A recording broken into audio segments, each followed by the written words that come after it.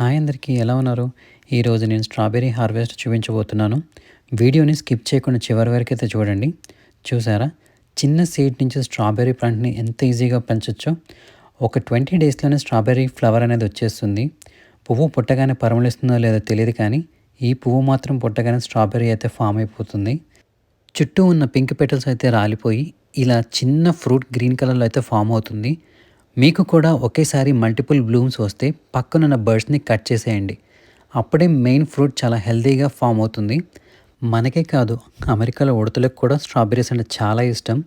అందుకే నేను kitchen counter దగ్గర ఉన్న సెమీ షేడ్లో ఈ ప్లాంట్ని అయితే షిఫ్ట్ చేశాను. ఇప్పుడు చూడండి, లైట్ పింక్ టచ్ తోటి అయితే ఉన్నాయి కదా, ఫైనల్గా రెడీ అవ్వడానికి అయితే చాలా సిద్ధంగా ఉన్నాయి. ఎప్పుడెప్పుడు ఫ్రూట్స్ వస్తాయని నేనైతే చాలా ఎక్సైటింగ్గా వెయిట్ చేశాను. మొత్తానికి కిచెన్లో పెట్టిన ప్లాంట్ అంతా స్వీట్ స్మెల్తో అయితే నిండిపోయింది. ఇప్పుడు చూడండి, స్ట్రాబెర్రీస్ బ్రైట్ రెడ్ కలర్ తోటి ఎంత డెలిషియస్గా ఉన్నాయో. నేనైతే ఫైనల్గా వీటిని హార్వెస్ట్ చేస్తున్నాను.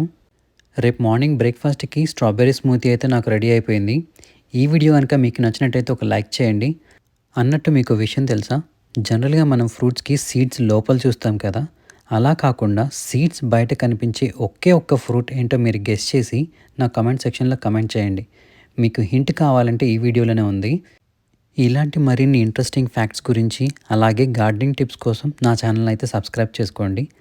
మీ ఫ్రెండ్స్ అండ్ ఫ్యామిలీ మెంబర్స్కి ఎవరికైనా యూజ్ అయితే ఈ వీడియోని ఖచ్చితంగా షేర్ చేయండి.